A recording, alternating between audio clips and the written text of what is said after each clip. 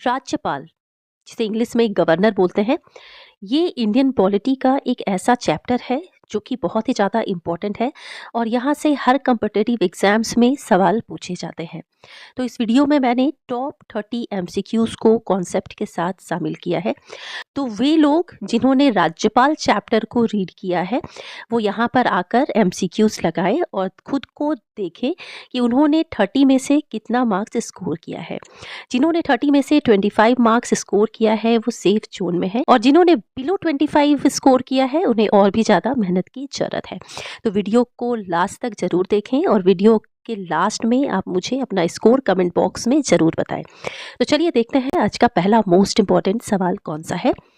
संविधान के किस अनुच्छेद में राज्यपाल के नियुक्ति का उल्लेख है? इसका राइट आंसर होगा ऑप्शन ए, अनुच्छेद 155। तो भारतीय संविधान का अनुच्छेद 155 के अंतर्गत राज्य के राज्यपाल की नियुक्ति से संबंधित उल्लेख है। अगला सवाल है, किसी भी राज्य के राज्यपाल की नियुक्ति किसके द्वारा की जाती है? राइट आंसर होगा राष्ट्रपति के द्वारा और इसका उल्लेख भी संविधान के अनुच्छेद 155 में इसका उल्लेख है। राज्य सरकार का कार्यकारी अध्यक्ष या संवैधानिक प्रमुख कौन होता है? इसका राइट आंसर क्या होगा? राज्यपाल। देखिए, राज्य सरकार का अगर संवैधानिक प्रमुख देखें तो वो राज्यपाल होता है। उसी तरह अगर हम केंद्र सरकार का संवैधानिक प्रमुख देखें तो वो कौन होता है? राष्ट्रपति होता है। अगला सवाल है, निम्नलिखित में से कौन राज्यपाल को शपथ दिलवाता है? तो राज्यपाल का जो शपथ है वो दिलवाते हैं हमारे भारत के राष्ट्रपति। तो option A is the right answer. अगला सवाल है, राज्यपाल किसके प्रति उत्तरदायी होता है? राइट आंसर होगा ऑप्शन ए राष्ट्रपति। तो देखिए, किसी भी राज्य का जो राज्यपाल होता है वो उत्तरदायी होता है राष्ट्रपति के प्रति, क्योंकि उसकी नियुक्ति राष्ट्रपति के द्वारा ही की जाती है। उनका जो कार्यकाल होता है वो भी राष्ट्रपति के इच्छा अनुसार ही होता है, जिसे हम आगे के क्वेश्चंस में डिटेल में देखेंगे। अगला सवाल है, राज्यपाल के निर्वाचन के लिए मिनिमम कितनी आयु होनी चाहिए? इसका राइट आंसर होगा ऑप्शन ए, न्यूनतम 35 वर्ष की आयु होनी चाहिए। अगला सवाल है जो कि काफ़ी इम्पोर्टेंट है, भारतीय संविधान में निम्नलिखित में से कौन सा अनुच्छेद भारत में राज्य के लिए एक राज्यपाल के रूप में एक व्यक्ति की नियुक्ति के लिए योग्यता निर्धारित करता है? यानी इस क्वेश्चन का सिंपल मतलब ये है कि राज्यपाल की नियुक्ति के लिए जो योग्यता है उसका उल्लेख संविधान के किस अनुच्छेद में है? इसका राइट आंसर होगा ऑप्शन ए, आर्टिकल 157 में राज्यपाल के नियुक्ति से संबंधित सारे क्राइटेरिया उसमें दिया गया है। अब इस क्राइटेरिया में क्या क्या है वो हम आगे के सवालों में देखेंगे। अगला सवाल है, निम्नलिखित में से कौन भारत के राष्ट्रपति की इच्छा तक अपने पद पर बने रहते हैं? तो इसका राइट आंसर होगा राज्यपाल। देखिए, राज्यपाल की नियुक्ति की जाती है राष्ट्रपति के द्वारा, यानी राष्ट्रपति जिसे चाहे वो किसी भी राज्य का राज्यपाल बना सकते हैं। वैसे अगर देखा जाए तो उनका जो कार्यकाल होता है राज्यपाल का वो 5 इयर्स निर्धारित होता है, लेकिन वो राष्ट्रपति के इच्छा पर डिपेंड करता है। अगर वो चाहे तो वो उससे पहले भी उसे पद से हटा सकते हैं। अगला सवाल है जो कि सिमिलर है प्रीवियस क्वेश्चन के, लेकिन इसे थोड़ा घुमाकर पूछा है। निम्नलिखित में से कौन राष्ट्रपति के प्रसाद पर्यंत होता है? तो राज्यपाल होता है। जब चाहे राष्ट्रपति उनको उनके पद से हटा सकते हैं। 11th क्वेश्चन है, भारत के राज्यपाल पर महाभियोग चलाने के लिए कम से कम कितने दिन पूर्व सूचना देना आवश्यक होता है? ऑप्शंस देखते हैं, 14 दिन, 21 दिन, 30 दिन या फिर राज्यपाल पर महाभियोग नहीं होता। तो देखिए, इसका जो राइट आंसर होगा ये होगा ऑप्शन डी, राज्यपाल पर महाभियोग नहीं चलाया जाता। अब आप मुझे कमेंट बॉक्स में बताइए, क्योंकि मैंने जो प्रीवियस वीडियो डाला था वो राष्ट्रपति से रिलेटेड था। आप मुझे कमेंट बॉक्स में बताइए कि राष्ट्रपति पर जो महाभियोग चलाया जाता है उन्हें कितने दिनों का नोटिस दिया जाता है? अगला सवाल है, संविधान के किस अनुच्छेद के अंतर्गत राज्यपाल राज्य का वास्तविक हेड बन जाता है? मोस्ट इंपॉर्टेंट क्वेश्चन है। इसका राइट आंसर होगा ऑप्शन ए, अनुच्छेद 356, जिसमें किस चीज़ का उल्लेख है? राष्ट्रपति शासन का उल्लेख है। अब राष्ट्रपति शासन कहाँ पे लगाया जाता है? उस राज्य में लगाया जाता है जिस राज्य की सरकार प्रॉपर तरीके से अपने कार्यों का निर्वहन नहीं करती, अपना कार्य सुचारू ढंग से नहीं करती, उस राज्य में राष्ट्रपति शासन लगाया जाता है। और जब भी अनुच्छेद 356 के अंतर्गत राष्ट्रपति शासन लगता है तो राज्यपाल जो है वो उस राज्य का वास्तविक हेड बन जाता है, यानी कि सारी शक्ति राज्यपाल के हाथ में चली जाती है। तो ये ओवरऑल है, काफ़ी इम्पोर्टेंट क्वेश्चन है, इसे आप जरूर ध्यान रखें।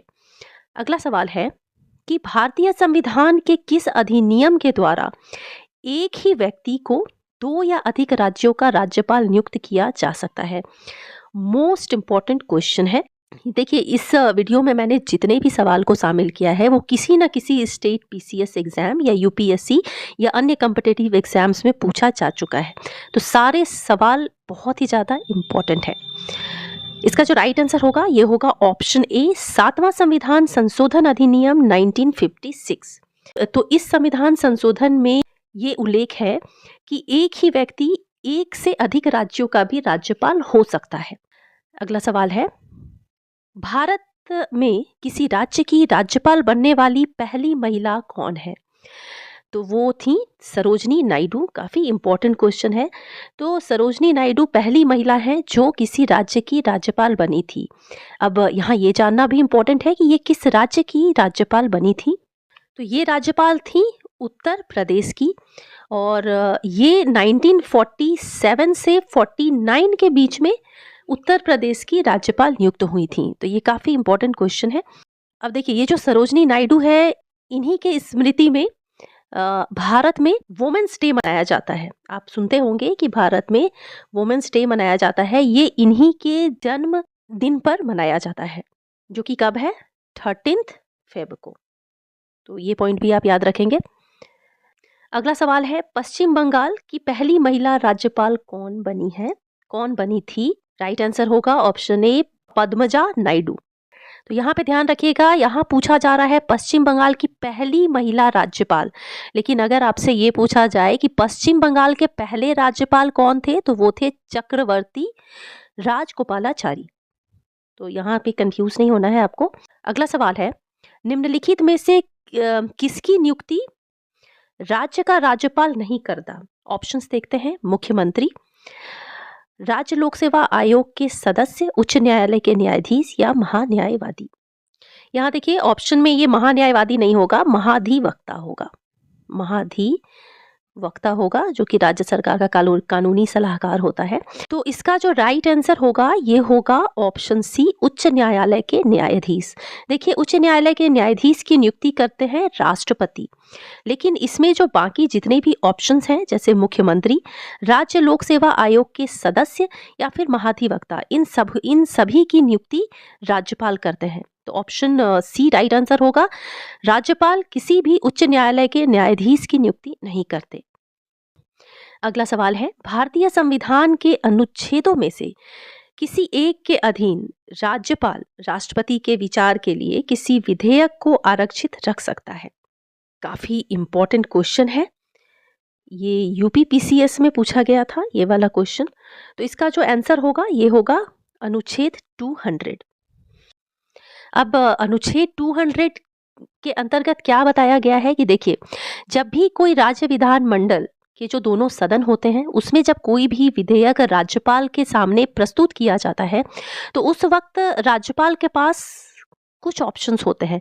पहला कि राज्यपाल उस पर अपनी सहमति दे दे, दूसरा ऑप्शन होता है उसे रोक ले, या फिर उस विधेयक को राष्ट्रपति के विचार के लिए आरक्षित रख ले।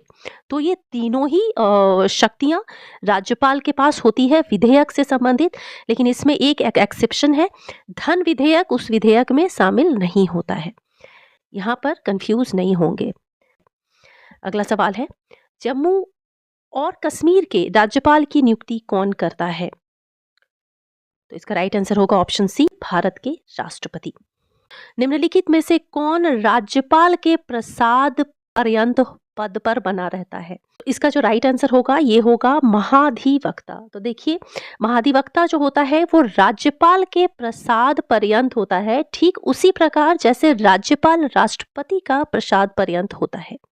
अब यहाँ पर सवाल उठता है कि महाधिवक्ता की नियुक्ति किसके द्वारा की जाती है। तो देखिए, भारतीय संविधान का अनुच्छेद 165 के अंतर्गत किसी भी राज्य का जो राज्यपाल होता है वो उच्च न्यायालय यानी हाई कोर्ट के जो न्यायाधीश नियुक्त होने के लिए जो व्यक्ति योग्य होते हैं, उसी तरह के व्यक्ति को महाधिवक्ता के पोस्ट पर वो नियुक्त करते हैं। तो इस प्रकार महाधिवक्ता जो है वो राज्यपाल के इच्छा अनुसार अपने पद पर बने रहते हैं। अगला सवाल है, भारत में एक राज्य के राज्यपाल से संबंधित कौन सा कथन सत्य है? ऑप्शंस देखते हैं। वह भारत का नागरिक हो, सही है। उसकी आयु कम से कम 35 वर्ष हो, ये भी सही है।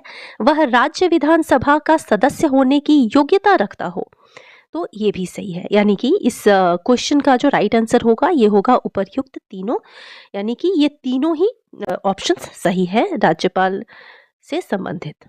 अगला सवाल है, राज्यपाल का कार्यकाल कितने वर्ष का होता है? राइट आंसर होगा ऑप्शन बी 5 इयर्स का।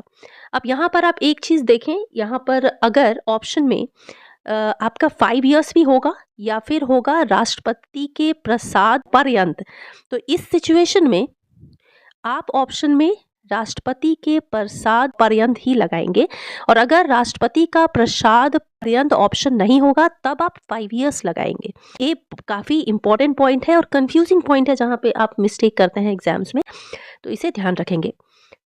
अगला सवाल है, जब एक व्यक्ति को 2 या अधिक राज्यों का राज्यपाल नियुक्त किया जाता है तो उसे राज्यपाल को दिया गया वेतन या भत्ता, यहाँ पे भत्ता होगा, कौन निर्धारित करता है? अब यहाँ ऑप्शंस हम देखते हैं। देखिए, पहला ऑप्शन है राज्यपाल की व्यक्त इच्छा अनुसार, ये गलत होगा, ये हम एलिमिनेशन मेथड के थ्रू आंसर तक पहुंचते हैं। राष्ट्रपति के निर्णय अनुसार, गलत होगा। मुख्यमंत्री के निर्णय अनुसार, ये भी गलत होगा। राइट आंसर क्या होगा? राज्यपाल को उन राज्यों के बीच ऐसे अनुपात में आवंटित किया जाएगा जैसे राष्ट्रपति आदेश देंगे। तो यहाँ पर ये अनुपात वर्ड इंपॉर्टेंट है। 2 राज्यों के बीच एक अनुपात के अनुसार उनको सैलरी प्रदान की जाएगी। अगला सवाल है, देखिए ये क्वेश्चन यूपीएससी 2014 में पूछा गया था। सवाल है, निम्नलिखित में से कौन सी किसी राज्य के राज्यपाल को दी गई विवेकाधीन शक्तियां हैं? यानी कि राज्यपाल को ऐसी कौन सी शक्तियां प्रदान की गई हैं जिसमें उनको किसी की सलाह की जरूरत नहीं है, वो अपने बेसिस पर उसका फैसला ले सकते हैं। ऑप्शंस देखते हैं। भारत के राष्ट्रपति को राष्ट्रपति शासन लगाने के लिए रिपोर्ट भेजना। दूसरा है मंत्रियों की नियुक्ति करना। तीसरा है राज्य विधानमंडल द्वारा पारित विधेयकों को भारत के राष्ट्रपति के विचार के लिए आरक्षित करना। और चौथा है राज्य सरकार के कार्य संचालन के लिए नियम बनाना। अब यहाँ पर ऑप्शंस देखते हैं। अब इसका जो राइट आंसर होगा ये होगा ऑप्शन ए एंड सी, यानी कि राज्यपाल की जो विवेकाधीन शक्तियां हैं वो क्या है कि भारत के राष्ट्रपति को राष्ट्रपति शासन लगाने के लिए रिपोर्ट भेजना, ये सही होगा। मंत्रियों की नियुक्ति करना नहीं होगा। देखिए, राज्यपाल को मंत्रियों की नियुक्ति करने का अधिकार होता है, लेकिन इसमें एक क्राइटेरिया है कि मुख्यमंत्री के सलाह पर वो मंत्रियों की नियुक्ति करते हैं, तो इसमें इनका विवेकाधीन शक्ति नहीं होता। तीसरा क्या है कि राज्य विधानमंडल द्वारा पारित विधेयकों को भारत के राष्ट्रपति के विचार के लिए आरक्षित करना, तो ये भी आपका सही होगा, ये भी इनका विवेकाधीन शक्तियां हैं। अगला सवाल देखते हैं। राज्यपाल के वेतन और भत्ते दिए जाते हैं, तो राज्यपाल का जो वेतन और भत्ता होता है वो कहाँ से दिया जाता है? तो ऑप्शन ए राइट आंसर होगा कंसोलिडेटेड फंड ऑफ स्टेट, यानी कि कंसोलिडेटेड फंड मतलब संचित निधि, राज्य की जो संचित निधि होती है वहां से राज्यपाल को वेतन और भत्ता दिया जाता है। कंसोलिडेटेड फंड ऑफ इंडिया से राष्ट्रपति को वेतन दिया जाता है। चलिए अगला सवाल देखते हैं। भारत के संविधान में निम्न में से किसके विरुद्ध अभियोग चलाने का प्रावधान नहीं है? चलिए हम एलिमिनेशन मेथड से इसको देखते हैं। राष्ट्रपति के विरुद्ध नहीं, गलत है। भारत के मुख्य न्यायाधीश के विरुद्ध, ये भी गलत है। भारत के उपराष्ट्रपति के विरुद्ध, ये भी गलत है। तो भारतीय संविधान में राज्य के राज्यपाल के विरुद्ध अभियोग चलाने का कोई भी प्रावधान नहीं किया गया है, क्योंकि राज्यपाल पर अभियोग नहीं चलाया जाता। राज्यपाल को राष्ट्रपति के इच्छा अनुसार वो पद पर बने रहते हैं। तो इसीलिए ऑप्शन बी इसका राइट आंसर होगा। राज्यपाल के विरुद्ध अभियोग चलाने का प्रावधान नहीं है हमारे भारतीय संविधान में। अगला सवाल है, अनुच्छेद 161 के अनुसार राज्यपाल को किस मामले में क्षमा करने का अधिकार नहीं है? वेरी इंपॉर्टेंट क्वेश्चन है। तो आर्टिकल 161 के अंतर्गत किसी भी राज्य के राज्यपाल को जो न्यायिक मामले होते हैं, जैसे किसी को उम्र कैद हो गया, 14 वर्ष की सजा हो गई, मृत्युदंड हो गई, तो इस प्रकार के सजा में उनको कौन सा क्षमा करने का अधिकार नहीं है? तो इसका राइट आंसर होगा ऑप्शन सी, मृत्यु दंड। तो उनको सजा का निलंबन करने का अधिकार है, सजा का परिहार करने का अधिकार है, लेकिन अगर किसी को फांसी मिली है तो वो सजा माफ करने का अधिकार राज्यपाल को नहीं है। ये अधिकार है केवल भारत के राष्ट्रपति को, ये ध्यान रखेंगे आप। अगला सवाल है, अनुच्छेद 164 के अनुसार मुख्यमंत्री की नियुक्ति किसके द्वारा की जाती है? ऑप्शन ए इसका राइट आंसर होगा, मुख्यमंत्री की नियुक्ति की जाती है राज्यपाल के द्वारा। और ये है आज के वीडियो का आखिरी सवाल, किसी भी राज्य का राज्यपाल राज्य विधान परिषद के कुल सदस्यों के कितने भाग को नामित करने का अधिकार है? विधान परिषद में राज्य का राज्यपाल कुल सदस्यों का 1/6 भाग को नामित करने का अधिकार होता है उनके पास। तो ऑप्शन ए इसका राइट आंसर होगा। तो यहाँ पे समाप्त होता है ये टॉप 28 क्वेश्चंस। होप ये वीडियो आपको अच्छी लगी होगी, और वीडियो के लास्ट में आप मुझे कमेंट बॉक्स में अपना मार्क्स जरूर शेयर करें। 25 से बिलो लाने वाले को और भी मेहनत करने की ज़रूरत है, और जो 25 से ऊपर स्कोर कर रहे हैं वो सेफ जोन में है। मिलती हूँ नेक्स्ट वीडियो में एक और मोस्ट इंपॉर्टेंट टॉपिक के साथ।